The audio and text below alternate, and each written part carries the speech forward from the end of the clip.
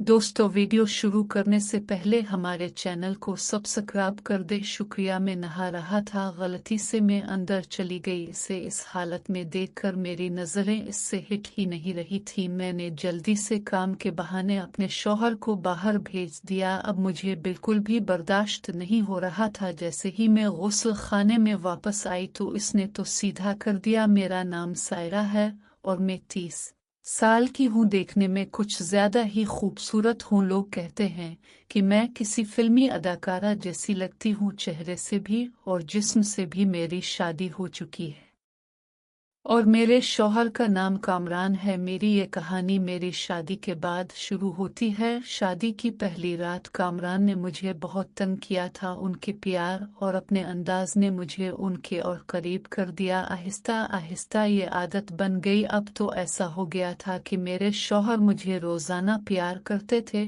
और इससे मेरी ख्वाहिश और बढ़ती जा रही थी। हमारे घर में कामरान के अलावा उनकी उम्मी, अबू और का छोटा भाई फरहान रहता है। फरहान तकरीबन 25 साल का था और घर के कामों में हाथ बटाता था। कामरान एक प्राइवेट कंपनी में अच्छे ओहदे पर काम करते हैं। कहानी वहां से शुरू होती है जब मेरे शौहर को कंपनी की तरफ से लंदन जाना पड़ा। यह वक्त पूरे 8 महीने का था। उनके जाने की खबर सुनकर मैं बहुत उदास हो गई। जिस रात वो जाने वाले थे मैंने अपनी परेशानी उनके सामने जाहिर की। कामरान, तुम 8 महीने के लिए जा रहे हो, अब तुम्हारे बगैर मुझे नींद कैसे आएगी। कामरान ने मुझे गिले लगा लिया और कहा, मेरी सायरा, मेरा जाना जरूरी है। मैं खुद भी उदास हूँ। मैं तुम्हें छोड़कर जाना नहीं चाहता, मगर क्या करूँ, नौकरी है, काम तो करना ही है। कामरान की बात सुनकर मैं खामोश हो गई। इस रात कामरान ने मुझे सुबह 8 बजे तक नहीं छोड़ा, बहुत परेशान कर दिया था। कामरान के जाने के बाद मैं उदास रहने लगी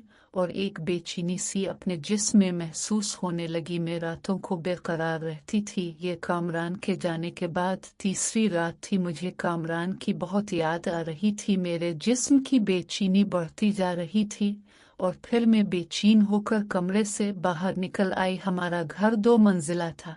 मेरा कमरा ऊपर था जबकि सास और ससुर का कमरा नीचे। में नीचे आ गई। फिर जब मैं अपनी सास और ससुर के कमरे के पास से गुजर रही थी तो अंदर से हल्की हल्की आवाजें आ रही थी। मैंने अंदर झांकने की बहुत कोशिश की मगर सब कुछ अंदर से बंद था, बस आवाजें ही आ रही थी। मुझे पता था कि अंदर क्या हो रहा है। मुझे बहुत देखने का दिल कर रहा था, नहीं मालूम क्यों, लेकिन मैं सीढ़ी रूम से एक स्टूल लेकर ऊपर वाली छोटी खिड़की से देखने का सोच रही थी, लेकिन शायद इससे काम नहीं बन पाता। मैं वहां से कम से कम 10 मिनट तक उनकी आवाजें सुनती रही। मेरी बेचैनी बढ़ रही थी, मेरा गला खुश्क हो रहा था और मैं बावर्ची खाने में पानी पीने जाने लगी। बावर्ची खाने में आते ही मेरी नज़र मेरे देवर फरहान पर पड़ी। वो बावर्ची खाने में ही सो जाता था। मजबूत जिस्म और घटी हुई बदन देखकर नहीं मालूम क्यों मैं इसे सोते हुए घूरने लगी। मैंने पहले कभी फरहान को ऐसे नहीं देखा था। उसकी लंगोटी थोड़ी सी खिसक गई थी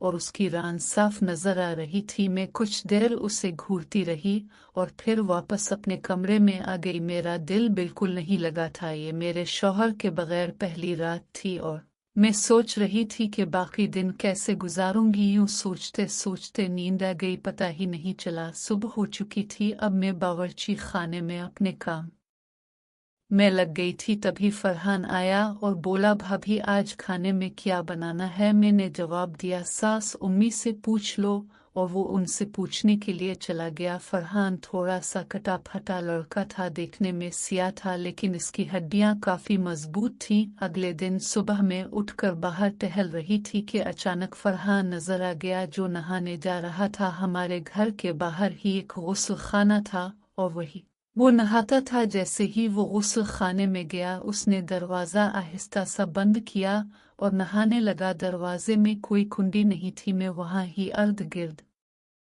घूमती रही और फरहान के बाहर आने का इंतजार करने लगी। कुछ देर बाद वो नहाकर बाहर आया और मुझे देख लिया। इसने कहा, भाभी आज तो तुम बड़ी जल्दी उठ गई हो। मैंने जवाब दिया, हाँ थोड़ा सा टहल रही थी। वो सिर्फ अपनी लंगोटी में था और ऊपर कुछ पहने हुए नहीं था। वो सुबह की धूप में खड़ा होकर अपने बाल संवारने लगा। मेरी नजरें इससे हटी ही नहीं। इसे देखकर मुझे कामरान की बहुत याद आ रही थी। पहली बार मेरे दिल में अपने ही देवर के बारे में ऐसे ख्यालात आ रहे थे। मेरे अंदर की आग की वजह से मैं खुद पर काबू खो रही थी। फरहान अपने काम में लग गया था और मैं अभी तक नहाई भी नहीं थी। मैं जल्दी से नहाने चली गई और कपड़े पहनने लगी, लेकिन आज मैंने तन कपड़े पहने थे जो मेरे जिस्म से बिल्कुल चिपके हुए थे। एक सादा सा सूट था। अब मुझे देखना था कि फरहान मुझे नोटिस करता है या नहीं। जैसे ही मैं उसके सामने गई और उसकी नज़र मुझ पर पड़ी, इसने थोड़ी देर मुझे देखा। फिर जैसे ही मेरी नज़र इस पर गई, इसने फौरन अपनी नज़र हटा ली। मैं समझ गई थी कि फरहान की नज़रें कहाँ थी। मैं जानबूझकर काम करने के बहाने इसके सामने आने लगी, इसीलिए मैं जानबूझकर उसे छेड़ने लगी। शायद वो भी समझ रहा था कि मैं क्या चाहती हूँ। ये सिलसिला कुछ दिनों तक इसी तरह चलता रहा। मैं रोज़ जल्दी उठकर बाहर टहलने लगी, ख़ास तौर पर गुस्ल खाने के आसपास। फरहान भी अपने वक्त पर उठकर वहाँ आ जाता था नहाने के लिए। वो गुस्ल खाने जाता था। एक दिन उसने अंदर जाने से पहले मुझे देख लिया कि मैं बाहर टहल रही हूँ। उसने जानबूझकर गुस्ल खाने का दरवाज़ा ठीक से बंद नहीं किया, हालांकि उसे पता था कि मैं बाहर हूँ। शायद वो भी मुझे छेड़ने की कोशिश कर रहा था। मैं देख सकती थी कि वो सिर्फ अंडरवियर में ही नहा रहा था। इसका आधा जिस्म मुझे साफ नजर आ रहा था। जैसे ही उसने देखा कि मैं उसे देख रही हूँ, इसने फौरन दरवाज़ा बंद कर लिया। ऐसा दिखाया जैसे इसे पता ही ना था कि मैं इसे देख रही हूँ। मैंने सोच लिया था कि फरहान को कैसे सीधा करना है। शायद वो डर रहा था। मेरे जहन में एक आइडिया आया कि क्यों ना मैं उसके गुस्ल खाने का पानी बंद कर दूँ। रात होते ही मैं छत पर चली गई और उसके गुस्ल खाने के नल को घुमाकर बंद कर दिया। साथ ही गुस्ल खाने के पाइप में हल्का सा किट लगा दिया। पता चला अगर किसी ने पूछा कि गुस्ल खाने का नल ऊपर से किसने बंद किया तो उन्हें बता सिक्कों के पाइप से पानी बाहर आ रहा था, इसलिए मैंने उसे बंद कर दिया। अब मैं सुबह होने का इंतजार करते करते सो गई। आज मैं जल्दी उठ गई थी और बाहर आकर फरहान के आने से पहले ही टहलने निकल गई। थोड़ी देर में फरहान नहाने के लिए गुस्ल खाने की तरफ जा रहा था। मैंने उसे जाने दिया। जैसे ही इसने बाल्टी भरने के लिए नल चलाया, पानी नहीं था। फिर वो बाहर आ गया और मुझसे पूछने लगा, भाभी टंकी में तुम्हें